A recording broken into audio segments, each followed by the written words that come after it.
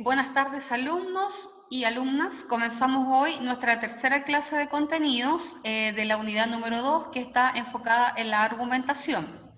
Voy a hacer un breve repaso por la argumentación para que queden los contenidos más claros, ya que la próxima semana tienen la prueba de contenidos de la unidad. Vamos a ver también algunas características importantes de la argumentación y elementos y recursos que utiliza la argumentación para poder ser más efectiva, ¿ya? Así que vamos a comenzar compartiendo pantalla, ya que la semana pasada, al final de la clase, hicimos una retroalimentación.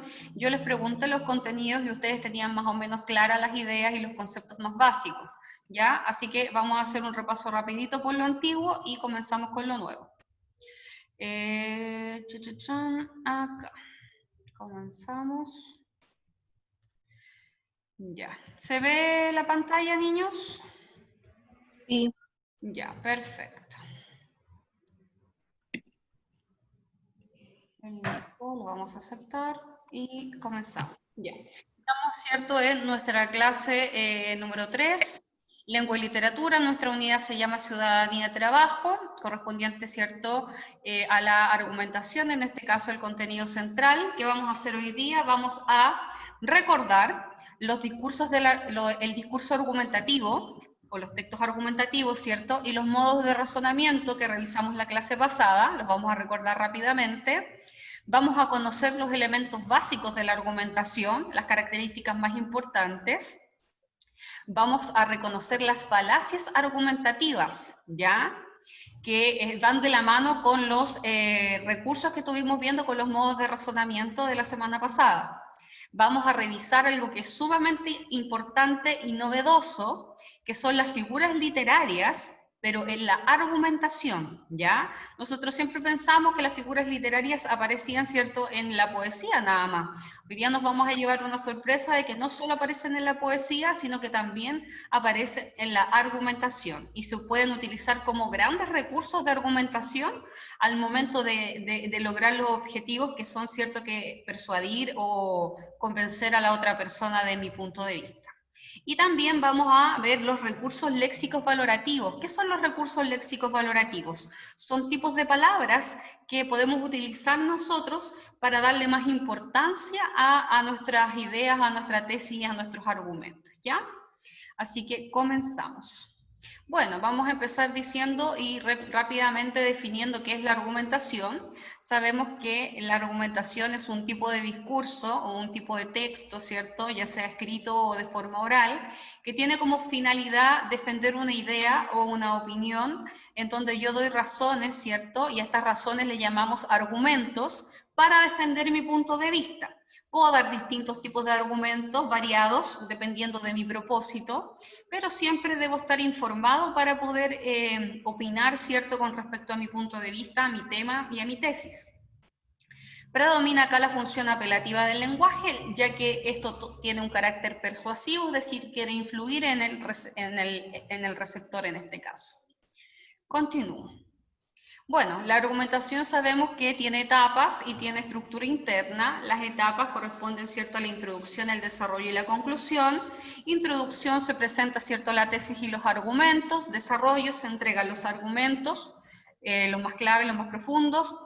Y la conclusión se reafirma la tesis, ¿cierto?, y se recalca cuál es el punto de vista en relación al tema que yo estoy defendiendo.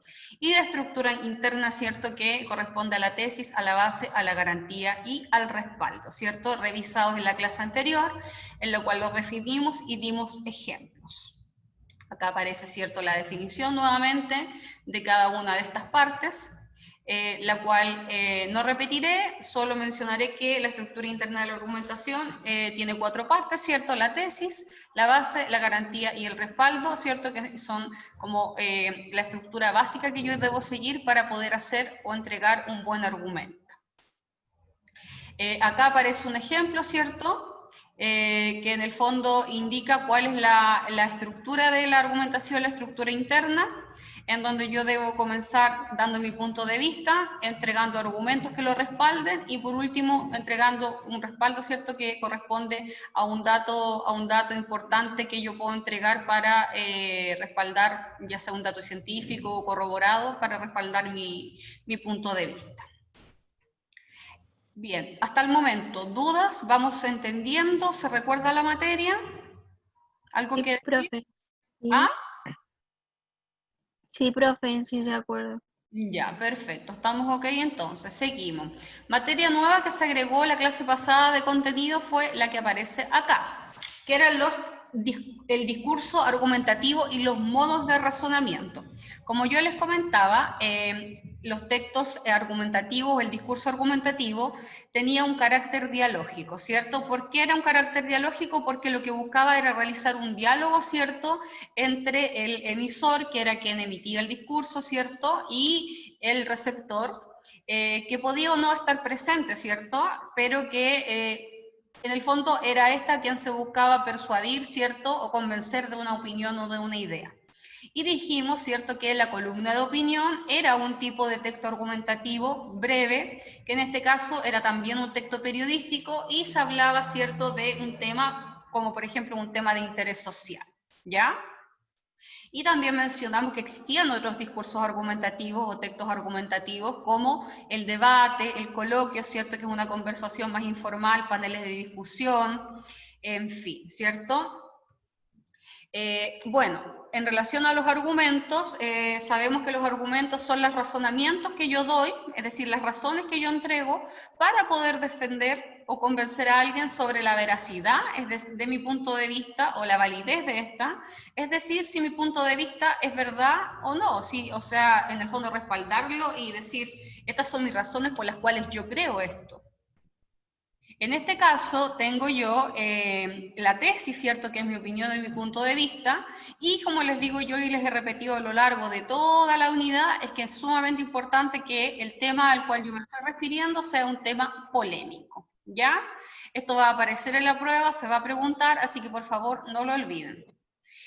Obviamente el emisor sostiene la tesis con el fin de entregar argumentos y los argumentos deben tener ciertas características, como por ejemplo ser aceptables, ser creíbles para el receptor, para quien me está escuchando o leyendo el texto, ya que puede ser escrito u oral.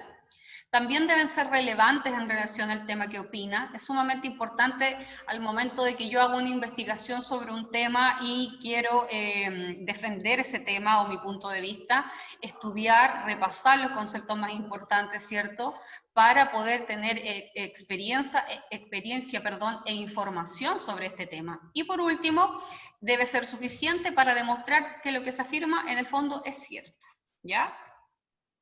Continúo. El discurso argumentativo y modos argumentativos de razonamiento. La semana pasada estuvimos viendo que el emisor, cuando quiere argumentar o convencer o persuadir, en este caso al receptor, puede usar distintas formas de unir la tesis con los argumentos, ¿ya? O sea, puede unir su tesis, que es su punto de vista, de distinta forma con los argumentos. Como por ejemplo, ¿de qué forma?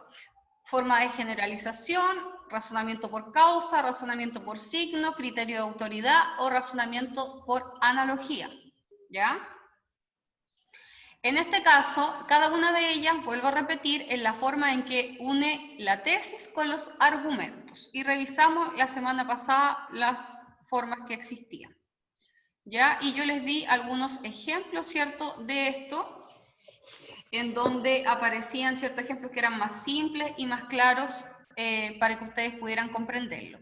Por ejemplo, el ejemplo de generalización, ¿cierto?, correspondía a que yo a partir de características generales entregaba mi opinión o mi punto de vista, ¿cierto?, y lo relacionaba con mis argumentos.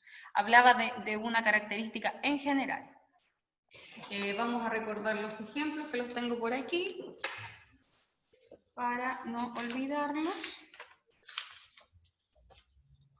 Déjenme un segundo, pues mientras que los busco, ustedes pueden ir leyendo, ¿cierto?, lo que aparece ahí en el texto.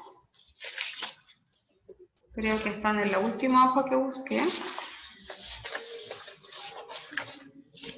Aquí está. Teníamos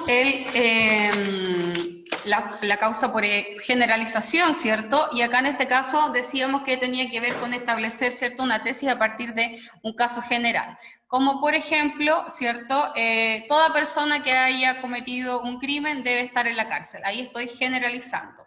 Razonamiento por causa, ¿cierto? Establezco en la tesis y una causa a través de un argumento. Ejemplo, que el padre de Ámbar haya salido libre provocó, o padrastro en este caso, provocó que hubiera otra muerte innecesaria. Y estoy estableciendo causa.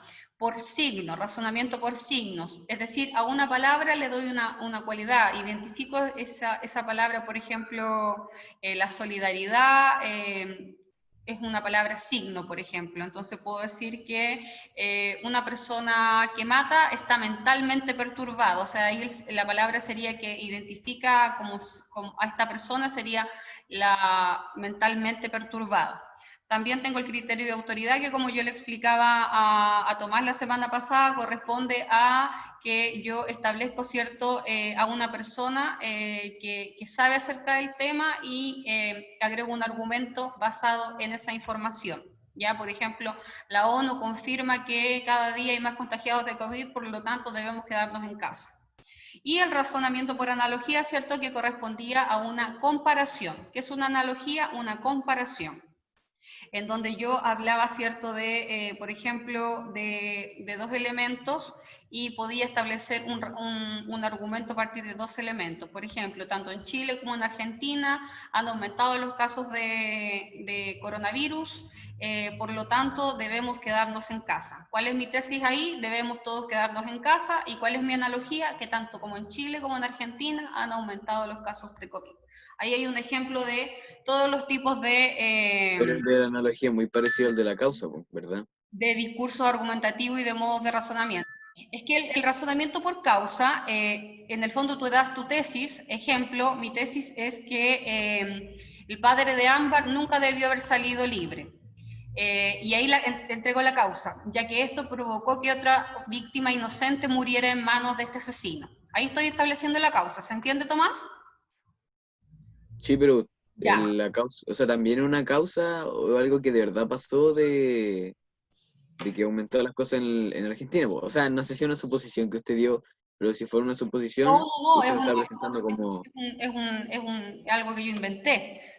Ah, ya, pero eso también es algo que pasó, pues entonces, o sea, dentro de la suposición es algo que pasó, entonces también es ¿A qué causa, me pues. refiero con la analogía, Tomás? Aquí es una comparación. Eso es una analogía, es una comparación. Entonces, por ejemplo, yo te puedo decir, otro ejemplo, tanto en la región metropolitana como, o sea, tanto en Ñuñoa como en Providencia han disminuido los casos de COVID, ya que llevan 30 días en cuarentena y esta ha sido una excelente iniciativa.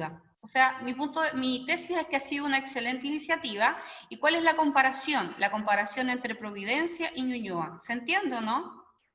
Que no estoy, Sí, que si bien es cierto, también es una causa que han disminuido, pero ahí estoy haciendo la analogía. No es que vaya a estar separada la analogía y vaya a estar separada la causa, sino que en el fondo todo esto hace una argumentación completa. ¿Se entiende o no? sí. O Por sea, eso es tú me dices que difícil de se diferenciarlo, parecen y pero se sí se entiende. relacionan. Gracias, profe. ¿Ya? Bien. Entonces, ¿dudas con respecto a esto? ¿No? No, Ya, paso. Vuelvo a recordar, ¿cierto?, que recuerden que la argumentación podía ser desarrollada desde dos formas. Cuando usted argumenta puede desarrollar desde dos formas, puede coger dos puntos, dos miradas en el fondo. Y está la argumentación positiva, en donde usted sostiene una tesis y da argumentos que prueban esa tesis. O sea, explica que esa idea que usted tiene es válida y verdadera. Por lo tanto, entrega argumentos para respaldarla. José González, ¿quién es José González? ¿Lo conocen? ¿Quién es José González? ¿De quién me estoy olvidando que quiere entrar a la clase? No cacho. Ya, no hay ningún José en el curso, que yo entonces, sepa. entonces no permite.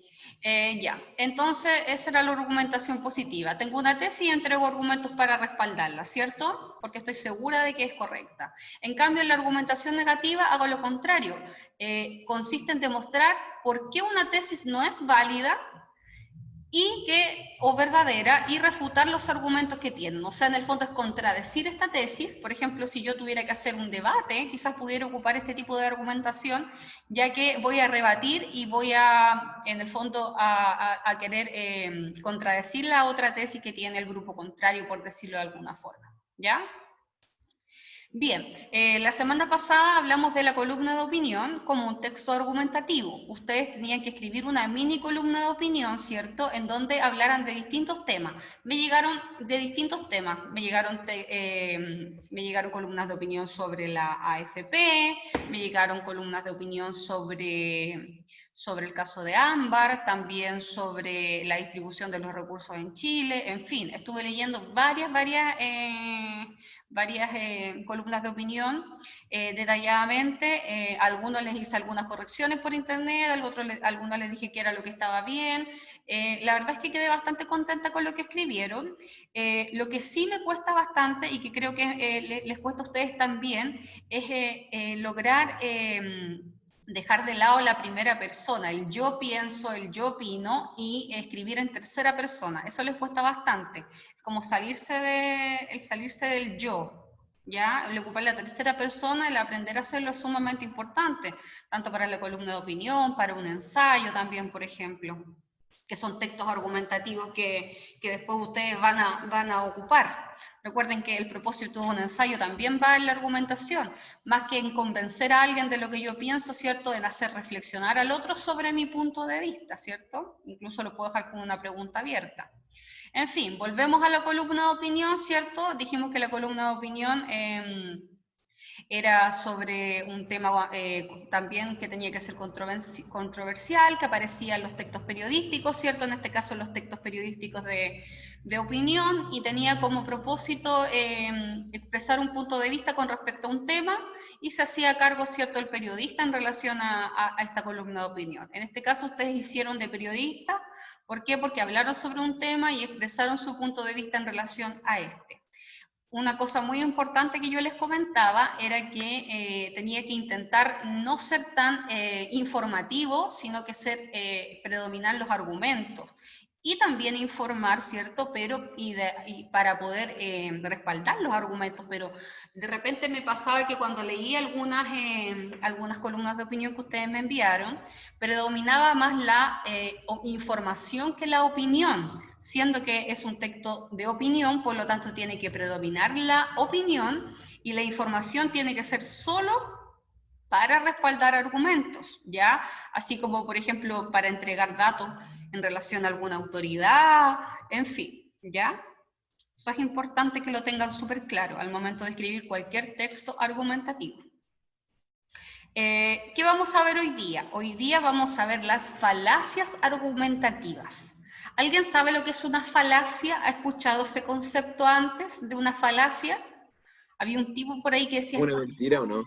Exacto, ¿cierto? Una mentira se dice que es una falacia, una mentira con cara de verdad. Muy bien, vamos a ver qué son las falacias argumentativas y por qué están en la argumentación, ¿ya? ¿Qué tienen de particular? Ya, cuando yo argumentaba, podía tener la opción de argumentar, ¿cierto?, entregando argumentación por causa, ¿cierto?, por analogía, por simbología, por criterio de autoridad, en fin. Pero también existen las falacias argumentativas, es decir, cuando el receptor de una argumentación siempre debe atender, ustedes como receptores de la argumentación, siempre deben atender y ser críticos y evaluar los argumentos que le entregan los demás, es decir, darse cuenta si efectivamente esta persona que está entregando argumentos son correctos, y obviamente si es que lo que me está diciendo es verdadero o no, porque puede que la otra persona esté sumamente segura de lo que me está diciendo, pero que en el fondo no haya investigado ni se haya asegurado, y en el fondo la información que me esté dando no sea la correcta y yo me la esté creyendo. A estos tipos de argumentos que tienen como un carácter falso o que son incorrectos se les llama falacias argumentativas, que como muy bien me decía Tomás por ahí, es una mentira. ¿Qué son las falacias argumentativas? Como dice ahí, las falacias argumentativas son usadas de forma voluntaria, porque yo lo puedo hacer a propósito, o de forma involuntaria, es decir, puedo estar incluso así como entre comillas chamullando y no darme cuenta. ¿De qué depende esto? Depende del contexto de la argumentación, ya que falacia no es sinónimo de mentira, eso tiene que quedar claro, falacia no es sinónimo de mentira, sino que se refiere a que quizás el argumento que me están entregando no es que sea falso, sino que está mal construido o que no es válido, ¿ya? No es que me estén mintiendo, sino que el argumento no está bien construido, quizás la persona no investigó bien, quizás la persona no sabe al respecto, entonces por eso se le llama falacia argumentativa, ¿ya? Continúo. ¿Qué son las falacias argumentativas y es importante qué características tiene? Como dice ahí, las falacias argumentativas pueden ser tan persuasivas, es decir, pueden ser tan capaces de convencerme a mí como un argumento válido, entonces de repente puedo ser engañado. Por esta razón, dice, es súper importante que ustedes, o yo también, cualquiera que esté escuchando un texto argumentativo o lea un discurso argumentativo, las conozca, ¿ya? O las reconozca. ¿Para qué? Para no ser engañado, ¿cierto? Y también es importante conocer las falacias argumentativas, ¿cierto? O argumentos en mal estado o no bien configurados, ¿cierto? Para poder evaluar los argumentos ajenos y saber qué es lo que me está diciendo el otro. ¿Ya? También dice, por otro lado, para poder construir argumentos de calidad para fundamentar mis opiniones. O sea, yo debo ser crítico de los argumentos de los demás, pero también debo darme cuenta que a lo mejor yo estoy ocupando las falacias argumentativas y lo podría hacer mucho mejor, ¿cierto? ¿Cuáles son las falacias argumentativas? Aquí aparece. Tienen nombres un poco raros, pero es porque están en latín, ¿ya? Nosotros nos vamos a quedar con el nombre en español en este caso, o en castellano, que castellano es el nombre correcto. Se me pasó, ahí está. Son súper simples, niños, y son muy fáciles de entender. Entonces, vuelvo a repetir, falacias argumentativas son argumentos mal estructurados, mal hechos. No significa que sean una mentira, sino que significa que como que están mal construidos, ¿ya? Por ejemplo, yo no debiera, en el fondo, ocupar esta forma de argumentar. No debiera ocupar este tipo de argumentos, no debiera utilizarla, ¿ya?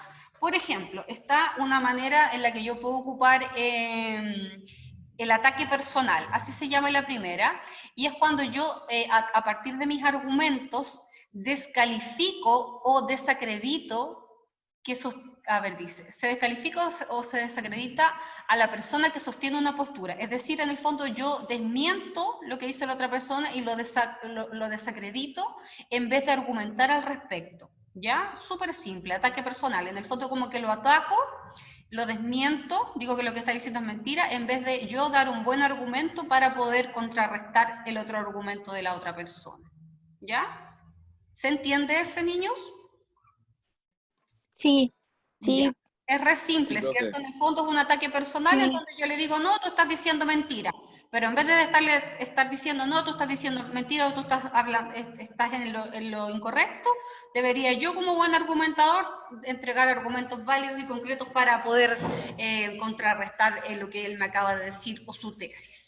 Está también otra falacia argumentativa, que es como otra mentira o forma mala de argumentar, que es la generalización apresurada, es decir, generalizar algo pero de manera abrupta o rápida. Que acá en este caso, ¿cuándo se hace? Es cuando usted establece una generalización o una conclusión, pero lo hace rápido y lo hace de forma veloz.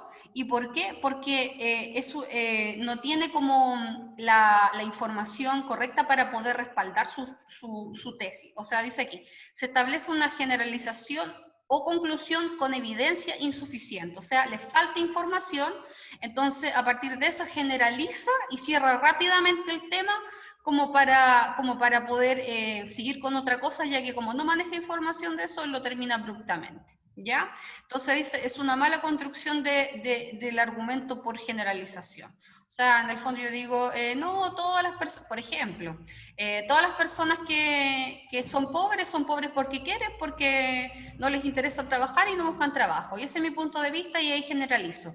Pero lo hago como para terminar rápido. Entonces eso es una mala generalización, porque que una persona sea pobre, y esa, por ejemplo, fuera mi postura, porque no busca trabajo, eso no es así, eso va mucho más allá, depende de las oportunidades, de la familia de la que proviene, etcétera. Y ahí yo estaría dando argumentos más válidos, ¿cierto? Y mejor respaldados.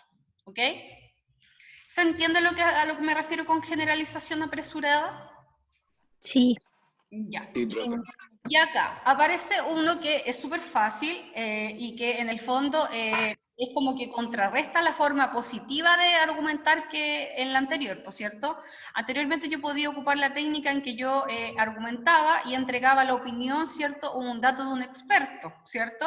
Como por ejemplo de la ONU, el ejemplo de la OMS, o de algún doctor, o de algún estudio científico en relación, por ejemplo, al COVID, no sé. En cambio acá, la apelación de autoridad se refiere a lo siguiente. Se apela al prestigio de personas que no son expertas o no tienen autoridad en una materia. Y es una mala construcción del argumento de la autoridad. O sea, es al revés. Si allá yo ocupaba una persona competente en el tema para respaldar mi argumento, acá ocupo una persona que no lo es. O sea, alguien que no está preparada, entonces doy cualquier nombre como por dar algún nombre o algún dato, pero quizás no está correcto y por lo tanto mi argumento queda mal construido. ¿Ya? ¿Se entiende ese ejemplo? Sí. Ya, ese es súper simple, ¿cierto? Apelación al temor. Dice acá, se utiliza una amenaza implícita, o sea, implícita que no se dice, y que pretende obligar al receptor a aceptar mi opinión. O sea, en el fondo acá de apelación al temor es como casi que amenazar implícitamente, o sea, no de manera de agredir, sino que como disfrazada, y obligar casi que la otra persona que me está escuchando piense como yo pienso o se adhiera a mi punto de vista. ¿Ya? Súper simple, apelación al temor. O sea, en el fondo quiero casi que obligar al otro, pero de forma oculta. ¿Se entendió ese? Sí. Es súper Sí, fácil profe. también. Y el otro, el no se sigue. Esto es cuando la conclusión de un argumento no se infiere razonablemente de sus premisas. ¿Qué quiere decir esto? A ver, para explicarlo más simple, la conclusión de un argumento no se infiere razonablemente de sus premisas. O sea, en el fondo, cuando yo doy como por concluido algo y creo que se va a inferir o se puede inferir, pero realmente no. Realmente yo debería poder decirlo de forma explícita o decirlo de forma explícita porque la inferencia que yo creo que se está creando no es observable o no es comprensible. ¿Ya? Es como cuando en el fondo yo tiro una indirecta, por decirlo de alguna forma más simple, pero la otra persona no logra comprenderla y yo creo que sí la comprende, ¿ya? O sea, es como que el argumento viene vacío, ¿ya? ¿Se Sí. entiende? Sí.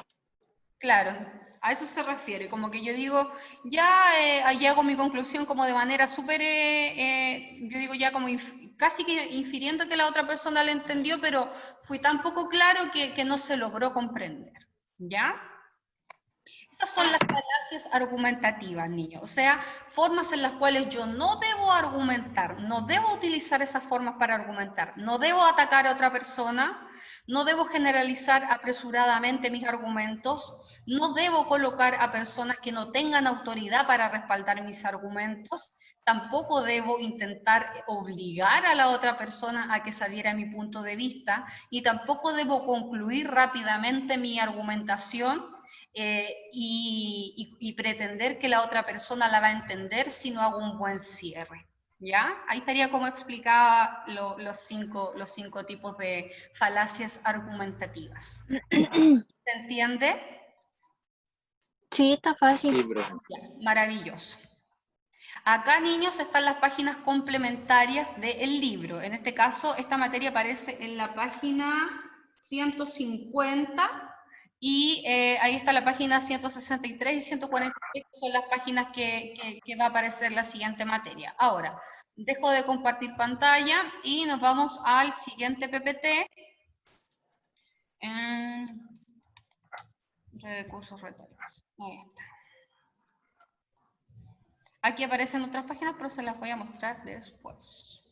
Ya, con respecto a lo anterior, entonces ustedes me dijeron que ya no había más dudas. ¿Se observa bien el PPT, niños? Sí. Ya, Sí, profe. perfecto. Profe, Diga. profe, la Emilia con la Denise dice que se le salió y que no pueden entrar nuevamente, que solo le agarra el internet para WhatsApp. Ya, dígale que después vean la clase en Zoom. En la Ya, plataforma se va a subir. ¿Ya? ok, ya. Porque no puedo hacer nada si es que no se puede, que no pueden entrar. Pues. Ya, Ya, así profe, yo les que digo. pueden ver la clase que se va a subir hoy día en la tarde a la plataforma, o más tardar el día lunes, así que ahí pueden observar la clase y ver la materia. ¿Ya? Ya, Y mándales cariños también de mi parte. Ya. bueno. Seguimos. ¿Qué vamos a ver ahora? Bueno, ya vimos las falacias argumentativas, que eran, ¿cierto?, estas formas que yo no debía ocupar para argumentar, ¿cierto? En el fondo quiero que aprendan con esto. ¿Qué quiero que aprendan, chiquillos? Quiero que aprendan a argumentar de forma correcta. ¿Qué deben hacer? Que deben ir a buena fuente, que deben utilizar palabras correctas, que deben intentar apelar a la emoción y a la razón, ¿cierto? Pero no intentar mentir, ni obligar, ni ocupar fuentes que no son fidedignas, en el fondo que no son confiables, ¿ya? Esas eran las falacias argumentativas, ¿cierto? Mentirillas, ¿cierto? O argumentos mal construidos en el fondo. ¿Qué vamos a revisar ahora? Recursos léxicos valorativos y lo que yo les adelantaba antes, figuras literarias en la argumentación, que aunque ustedes no lo crean, sí aparece, ¿ya? Primero, bueno, esto es súper simple y es súper repetitivo, estoy observando la hora porque no nos queda tiempo todavía, ¿ya? Los textos argumentativos tienen como propósito, ¿cierto?, convencer o persuadir al receptor acerca de un tema determinado o acerca de un punto de vista sobre ese tema determinado, ¿cierto? Como siempre yo les digo, debe ser de carácter polémico. Para esto, ¿qué hace el emisor? No solo expone argumentos convincentes, ¿cierto? Argumentos convincentes que apelan a la razón, sino que también apela a las emociones del interlocutor. En este caso, ¿quién es el interlocutor? Es la persona, ¿cierto?, que me está escuchando o está leyendo mi discurso, ¿cierto? O con la cual yo estoy debatiendo, por ejemplo, con la cual yo estoy debatiendo distintos puntos de vista sobre este tema controversial. Pero cuando yo intento convencer a la otra persona de mi punto de vista, existen recursos que yo puedo utilizar para poder reforzar mis razonamientos y para poder reforzar mis argumentos, ¿ya? O sea, siempre van a existir estrategias con las que yo voy a contar para que mis argumentos puedan ser aún mejores. ¿Ya? Y no solo yo diga, no, es que me parece bien, me parece mal, sí, está bien, sí, está mal. No, existen muchas otras formas de hacerlo, ¿ya? La idea es que lo aprendamos. Acá está. Vamos a ver las figuras literarias en la argumentación. Pongamos atención. ¿Recordamos lo que son las figuras literarias, niños? Les pregunto. Más o menos. Más o menos, ya. Sí. Haciendo un repaso por las figuras literarias, no olvidarnos que, eso, gracias por aparecer, que las figuras literarias son recursos de la poesía especialmente, ¿cierto, Solange? Que generalmente yo encuentro a las figuras literarias en el género lírico, el de la poesía, el de las canciones, versos, estrofas, ¿cierto? Y en este caso, las figuras literarias generalmente se emplean para darle un sentido nuevo a las palabras, ¿cierto? Para generar un lenguaje con sentido figurado, así se llama el lenguaje de la poesía, ¿cierto? Entonces, como dice aquí, va más allá de lo literal. ¿Qué quiere decir? Que yo le doy como un segundo significado a una palabra. Por ejemplo, si yo digo, tus ojos son dos luceros o son como dos luceros, ahí estoy ocupando la comparación, ¿cierto? Pero a la palabra lucero yo no le estoy atribuyendo, ¿cierto?, el mismo significado que le atribuyo cuando yo hablo de lucero que está en el cielo, ¿cierto? Le estoy atribuyendo en este caso el significado a que significa que los ojos de ese hombre o de esa mujer son sumamente luminosos, por decirlo de alguna forma. Entonces, es importante aclarar que las figuras literarias no solo están presentes en la literatura, sino que también están presentes, por ejemplo, en conversaciones cotidianas, como por ejemplo la que yo estoy teniendo ahora con ustedes. Y también, por supuesto, en los discursos argumentativos, en donde se utilizan, y esto es súper importante, para enfatizar o dar mayor expresividad a lo que se dicen. Recuerden que los textos líricos expresan, Por lo tanto, acá las figuras literarias sirven para dar mayor expresividad a mis argumentos, porque recuerden que yo no solo apelo a la razón cuando quiero convencer a alguien, sino que también apelo a la emoción, ¿ya? A ver, recordando algunas figuras literarias, por ejemplo, las más clásicas, está la hipérbole. ¿Se acuerdan que hacía una hipérbole? Exageración. Exageración. Exageraba, ¿cierto? Era cuando yo exageraba algo, ¿cierto? Sí. Está también, ¿cierto? La enumeración. ¿Qué hacía la enumeración? ¿Se acuerdan lo que hacía la enumeración? Enumeraba. Enumeraba, ¿cierto? Varios Utilizando las elementos. comas. Exacto, y utilizaba muchísimo la coma. Está también, a ver, otra que es súper simple, la anáfora. ¿Se acuerdan de la anáfora? No. ¿Esa no era la que terminaba como con ciertas palabras similares? No terminaba, empezaba. Era cuando repetía al inicio de cada verso la misma palabra, andábamos cerca. En fin, existen distintas figuras literarias, ¿cierto? Está también otra, ¿cuál más? La personificación. ¿Qué hacía la personificación? Le daba vida Le daba vida a algo que tenía vida. ¿Cierto? Y Eso. la comparación, ¿cierto? Que compara Comparaba. elementos u objetos. Bien, mira, vamos hoy día a analizar tres figuras literarias que aparecen en la argumentación. Igual yo les voy a dar ejemplos de otras para que sepan que no solo estas tres están, sino que también hay más, ¿ya? Ejemplo. Una figura literaria que aparece acá en la argumentación es la siguiente. Voy a correr esto. La anáfora. ¿Cuál es la anáfora? La anáfora, ¿cierto? Como les decía yo, es la repetición, consiste en repetir, ¿cierto? Al comienzo de la misma frase o palabra, o sea, consiste al repetir al comienzo de una frase la misma palabra con el propósito de enfatizar o de llamar la atención. ¿Ya? Entonces, por ejemplo, acá aparece la palabra aunque repetida muchas veces. Entonces dice, aunque se le encarcele, aunque se le exilie, aunque se le fusile, aunque se le confisquen sus obras, aunque se les deje permanecer inéditas el nombre de los escritores a los que en su momento se les ha hecho mártires, se invoca más tarde en las ceremonias oficiales. Ejemplo, si yo quisiera argumentar a partir de una anáfora, pudiera decir, aunque pida perdón, aunque diga ser inocente, aunque se considere una persona enferma mentalmente, aunque haya pedido perdón a los familiares, Martín Pradenas no merece salir libre ya que es un asesino. ¿Se entiende o no? ¿Qué hice ahí? Sí, Repetí profe, muy la bien. palabra. Sí, se ¿Para hace. qué lo hice? Para dar fuerza, para recalcar mi punto de vista y mi argumento. ¿Se entiende, niños? Sí. Ya, perfecto. Está también la enumeración, que es súper simple, ¿cierto? Enumeración se nombran sucesivamente ciertos elementos o ideas que integran un conjunto, ¿cierto? A través de la coma. Entonces, por ejemplo, yo pudiera decir, el mismo ejemplo a lo largo del caso de Martín Pradena o el caso de Ámbar. Por ejemplo, el padre de Ámbar es un asesino, un miserable, un hombre cruel, un hombre que no tiene perdón, un hombre que no va a redimirse, ya que el acto que cometió es cruel. O sea, mencioné varias características y fui enumerando. Súper simple, chiquillos. Entonces así yo refuerzo mi argumento a través de la enumeración de elementos o de características. ¿Se entiende?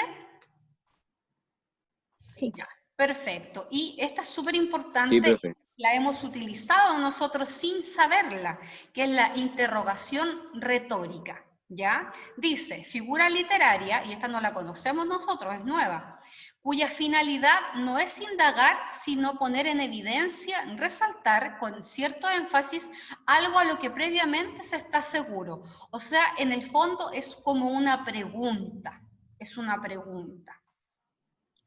Entonces yo pudiera decir, a través de mis argumentos, por ejemplo, acá dice, y viene el cine y la televisión y todos los medios masivos para desplazarlo, y aún reducido al absurdo dinosaurio que no sabe cambiar de ni piel ni de especie, continúa escribiendo y yo continúo preguntándome por qué. La verdad es que el ejemplo no está tan claro, pero les voy a dar un ejemplo yo. O sea, pudiera ser, por ejemplo, por interrogación retórica, dice, figura literaria cuya finalidad no es indagar, sino por poner en evidencia y resaltar con cierto énfasis algo de lo que previamente se está seguro. Ejemplo, el padrastro de Ámbar es un asesino, es un violador, es un hombre malvado, es un hombre cruel. Estoy segura de esto. ¿Qué piensas al respecto? Entonces, a partir de eso, ¿yo qué hago? Hago una pregunta al final, una interrogación retórica y a través de esa pregunta yo invito a la reflexión. Es como cuando yo les hablaba de escribir un ensayo, por ejemplo, y siempre les decía que al final, en un ensayo, se invita a la reflexión, ¿cierto? Y se invita a que la otra persona, ojalá se diera mi punto de vista, ¿cierto? Entonces, acá en este caso, cuando yo argumento, o el otro día, por ejemplo, me llegó el ensayo de Diego, creo que era, y al final del ensayo de él aparecía una pregunta, y esta pregunta dejaba como una interrogante abierta. Ahí estaría claramente la interrogación retórica, en donde nosotros sí la hemos utilizado en algunos ensayos, pero no sabíamos que se llamaba así, ¿cierto? Interrogación retórica. Invitar a través de una pregunta a la reflexión. ¿Ya? ¿Dudas con respecto a lo que acabo de decir?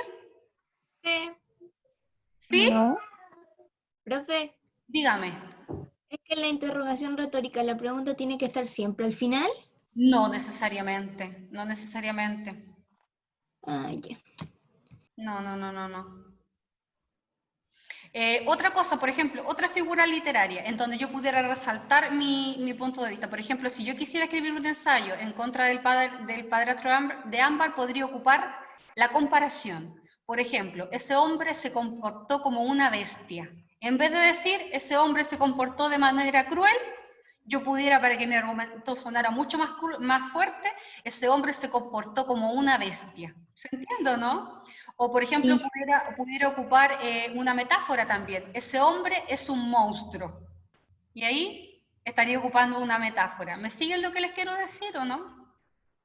Sí. Ya, perfecto. Entonces, si ustedes se dan cuenta, puedo ocupar la anáfora para enfatizar, puedo ocupar la comparación, ¿cierto? Puedo ocupar la metáfora, puedo ocupar la enumeración, puedo ocupar la interrogación retórica, o sea, figuras literarias para poder hacer que mis argumentos suenen un poco más interesantes, porque si ustedes se dan cuenta, la anáfora como que le da cierto énfasis, la enumeración también, la comparación y la metáfora aún más, porque al decir ese hombre es un monstruo, o sea, yo le doy un toque mucho más cruel y quizás mucho más descriptivo a mi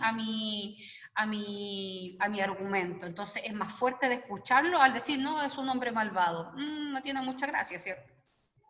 Ya, bien. Continuamos. Ay, no sé qué hice. Participantes, vuelvo ahí. Ya. Cierro. Ahí. Continúo. Ahí está. Otra cosa importante, vamos a ver si me queda tiempo, ¿Quedó alguna duda con respecto a las figuras literarias en la argumentación? ¿Esas son las únicas que se ocupan? Bueno, yo te mencioné varias, te mencioné la anáfora, te mencioné la comparación, te mencioné la Sí, las tengo escritas, pero también, esas por son las que son ejemplo, como las no, más populares, hay ¿verdad? más. Por ejemplo, también puedo utilizar la hipérbole. Por Claro, ejemplo, es que yo pensé que la hipérbole era como la más común dentro de no te la algún tipo mencioné. de debate donde debo argumentar. Y no te la mencioné, pues, ahora te la menciono. Qué Claro. bueno que tenga que me la haya dicho. La hipérbole también, pues, obviamente, porque generalmente uno exagera muchísimo al momento de querer argumentar y convencer a alguien. Entonces, por ejemplo, yo pudiera decir, este es el hombre más malvado que yo he conocido, nunca había visto o Y es para escuchado ponerle peso al tema, pues, para que de verdad le llegue. algún caso tan cruel como este. Entonces, obviamente, claro, la exageración ayuda muchísimo, pues. Obviamente la hipérbole es sumamente importante, entonces piensen, pueden ocupar la anáfora, pueden ocupar la comparación, pueden ocupar la metáfora, la pregunta retórica, pueden ocupar la ironía también, chiquillos, una figura literaria también que se puede ocupar en la argumentación y que es súper fuerte y sirve bastante. Así que qué bueno que vayan aprendiendo y que vayan recordando esto, ¿ya? Genial, gracias por los aportes. Bien, y el último recurso léxico que vamos a conocer de la argumentación, todo esto que yo les estoy mencionando son recursos que usted puede utilizar para que sea un gran argumentador algún día y al momento de escribir ensayo, o al momento de ir a pedir trabajo, o al momento de presentarse ante un grupo, en fin, usted sepa argumentar y lo sepa hacer excelente, ¿ya? Y sepa qué errores no cometer en el fondo. Dice, en el discurso argumentativo es fundamental la subjetividad del emisor. O sea, ¿por qué? Porque el emisor dice lo que piensa, ¿por cierto? Dice su punto de vista. Y dice, habitualmente utiliza recursos léxicos valorativos. Eso es como que suena como difícil de entender, pero no lo es. Mediante los cuales, o sea, utiliza recursos mediante los cuales manifiesta su punto de vista y lo hace de manera sutil, ¿cierto? O sea, de manera así como simple y fácil de entender. ¿Cuál es la particularidad de los recursos léxicos? O sea, o de estos recursos para expresar como lo que uno siente, de los recursos léxicos valorativos. Es que su significativo es inherente. ¿Y qué quiere decir? ¿Es inherente positivo o negativamente? ¿Ya? O sea, va a describir lo que yo pienso de manera positiva o de manera negativa. ¿Ya? Ahora lo vamos a ver. Algunos recursos, si es que pasar a la diapositiva, porque no quiere pasar. Uy, ¿por qué no? Ahí sí, se había pegado esta cosa. Por ejemplo, un recurso léxico es un sustantivo. Mira qué simple. ¿Cuáles son los sustantivos? Los sustantivos propios. Y los comunes, ¿cierto? Ah, y los comunes. Pensemos, por ejemplo, en un sustantivo común. La palabra escritor. Es un sustantivo común, ¿cierto? Pero ¿cómo lo ocupo yo? Mira, vean el ejemplo y léanlo junto conmigo. Léanlo conmigo. Ah, la cosa que se cambia.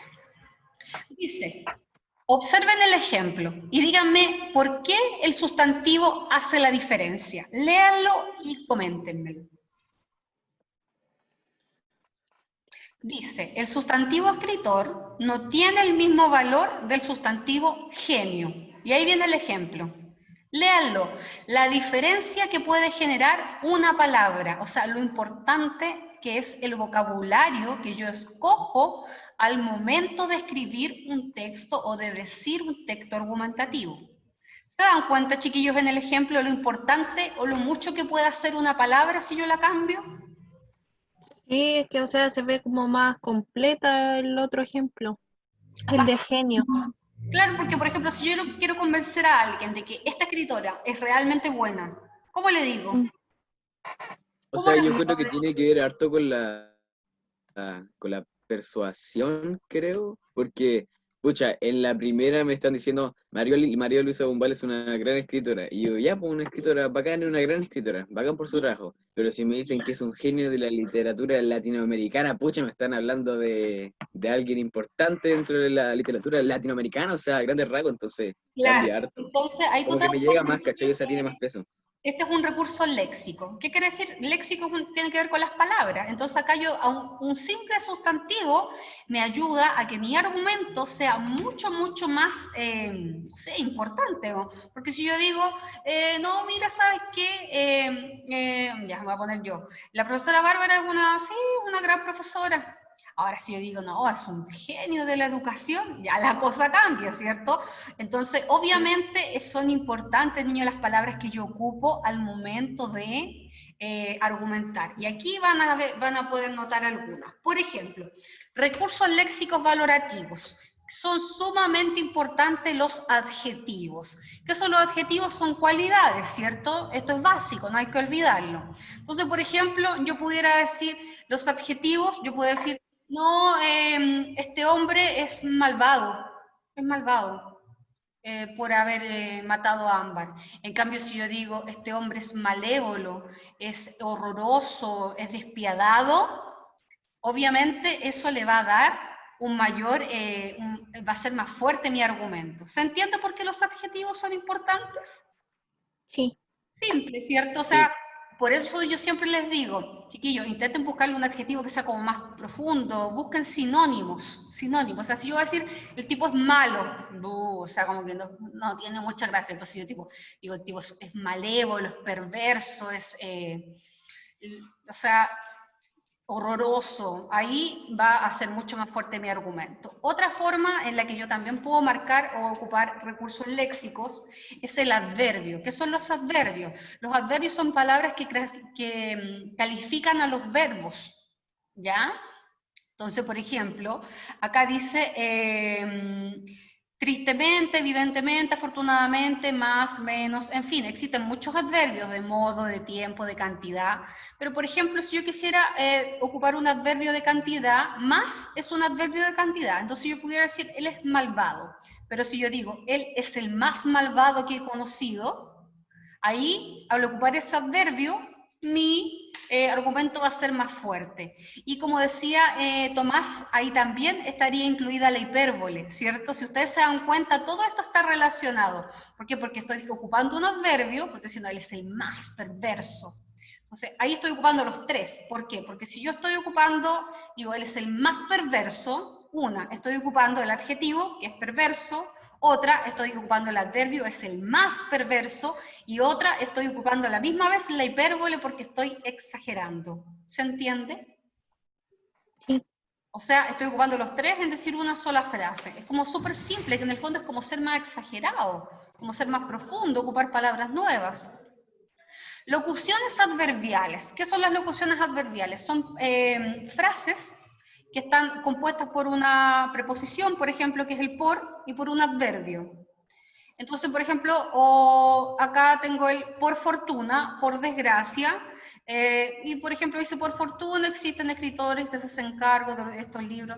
La verdad es que las locuciones adverbiales son como palabras compuestas, ¿ya? O sea, frases compuestas de dos palabras, entonces, por ejemplo, por desgracia, por fortuna, como para establecer, a ver, ¿cómo decirlo?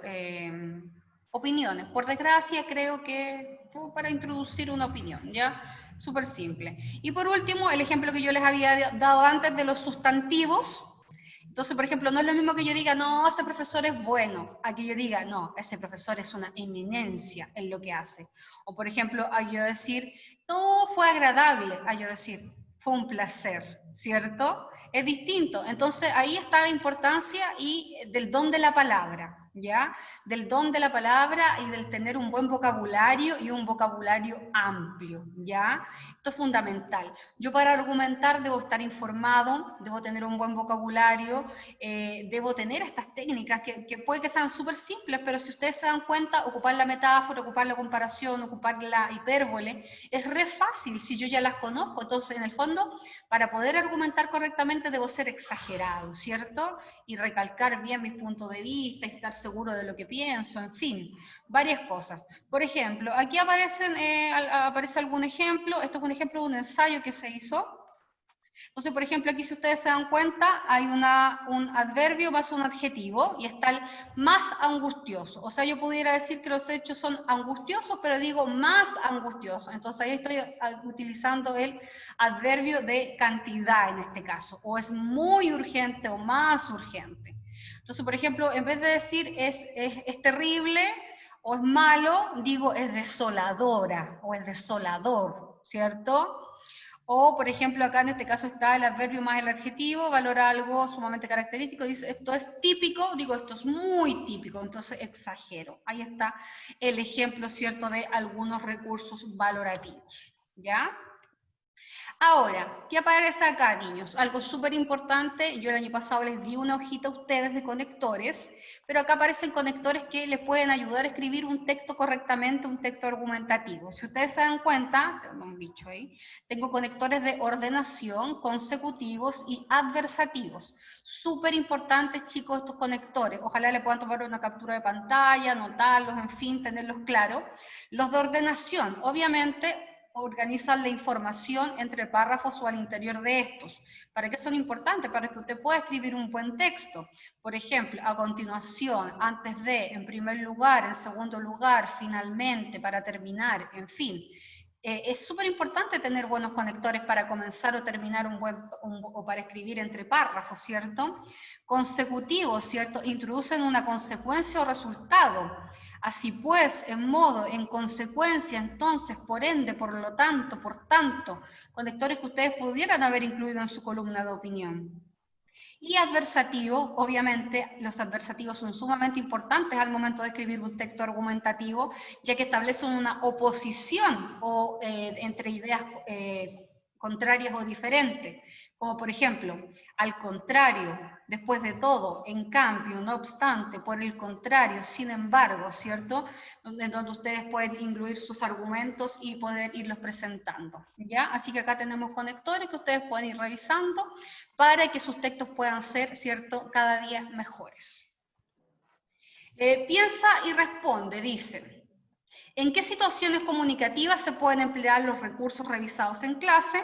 ¿Y cuáles creen ustedes que son los recursos que más utilizamos en la vida cotidiana? Esas son las dos preguntas que vamos a dejar así a modo general.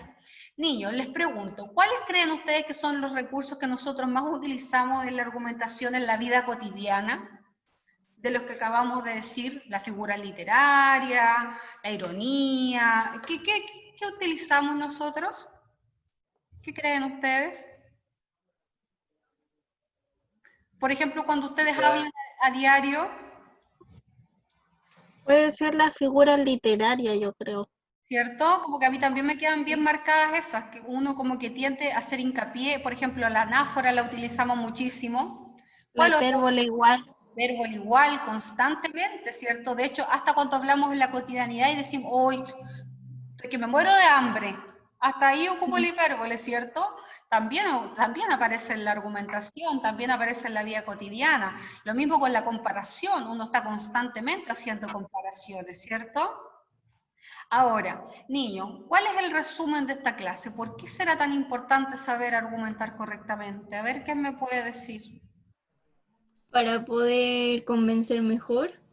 Para poder convencer mejor y solo para poder convencer mejor. Cami, ¿tú crees que aprendemos nosotros todo esto? Yo creo que más cuando estáis hablando de un tema tenéis que argumentar bien, pues si no voy a quedar como, no sé, como tonto o algo, según yo. O como mal informado en el fondo, Sí, ¿cierto? también. Claro, y también es importante porque mira, Canela, yo puedo leer y estar así, pero súper informada, pero si no sé cómo relacionar las ideas, no sé cuándo presentarlas, no sé cómo organizarlas, o no sé qué es lo que debo decir y lo que no, también eso puede jugar en contra al momento de que yo quiera argumentar correctamente, ¿cierto? Entonces, por eso también, por ejemplo, revisamos hoy día las falacias argumentativas. No es bueno, por ejemplo, colocar a una persona que tú consideras que es autoridad, pero que en el fondo no lo es para apoyar tu argumento, o querer casi que amenazar a alguien para que te crea lo que tú estás diciendo, o cuál más existía, o querer, por ejemplo, ¿cuál más había? Ay, no me acuerdo. Yo encuentro que dentro de la falacia argumentativa ocupamos mucho la generalización apresurada. O eso, o la Como jóvenes. generalización apresurada, o también el ataque personal, ¿cierto? Sí, yo creo que lo que Sí. más es la generalización apresurada. O también la apelación al temor, ¿cierto? Al querer casi que obligar al otro a que crea lo mismo que estás pensando tú cuando no O es sea, así. encuentro que eso lo pueden ocupar dentro de un ámbito como más, no personal, sino que como que empaticen mis compañeros, por decirlo así, ya que todos estamos como de la misma generación y la misma edad. Yo creo Claro, que la apelación al temor y el no se sigue lo ocupan mucho los papás. Y sí, es así. O sea, es así. efectivamente. Sí, estoy de acuerdo con usted. Diego, ¿algo que ¿Qué? decir? Ah, no. ¿Han entendido la clase, niños? Sí, profe. Sí. Ya, perfecto, se ha entendido. ¿Cuál es el propósito de todo esto, niños? Que ustedes aprendan cuál es la forma, qué es argumentar, cuál es la estructura de la argumentación, qué características tiene una persona que sabe argumentar bien, qué no debe hacer al momento de argumentar, lo importante que son las figuras literarias al momento de argumentar y lo mucho que le van a ayudar a tener un texto mucho más profundo y más interesante de leer. Y también, ¿cierto?, a la importancia del uso correcto de la palabra, como por ejemplo de los sinónimos, o de los sustantivos, que una sola palabra puede cambiarlo todo, ¿cierto? ¿Se acuerdan cuando ustedes me decían, profe, a ver, léame su texto? Yo le decía, ya, pero en vez de colocarle malo, colóquele perverso, y va a sonar mucho mejor. Entonces, ahí una palabra puede hacer la diferencia, niños, así que los invito a leer, ¿cierto? A saber escribir bien, ¿cierto? A reflexionar. Nuestra unidad nos hablaba de la argumentación, también revisamos los textos, los medios masivos de comunicación, cómo estos textos nos manipulaban, ¿cierto? También nos entregaban información y nos hacían formarnos una opinión y ser seres críticos, ¿cierto?, de lo que pasa en la sociedad. Así que no olviden eso y creo que por hoy nuestra clase llega hasta ahora, hasta este momento, a no ser que exista alguna duda. ¿Hay alguna duda? No. ¿Sí? ¿No? Ya. Entonces, niños, ha sido un gusto tenerlos en la clase del día de hoy. Espero que la materia haya quedado clara. Cualquier duda me pueden consultar a mi correo. Recuerden, la prueba de contenido va a el mismo correo de siempre y la prueba de comprensión lectora al correo que aparece ahí en la prueba. Así que tengan un lindo fin de semana. La próxima semana es semana de estudio, así que aprovechenla, descansen también y que tengan un lindo fin de semana. Los quiero mucho. ¿Ya? Chao, profe.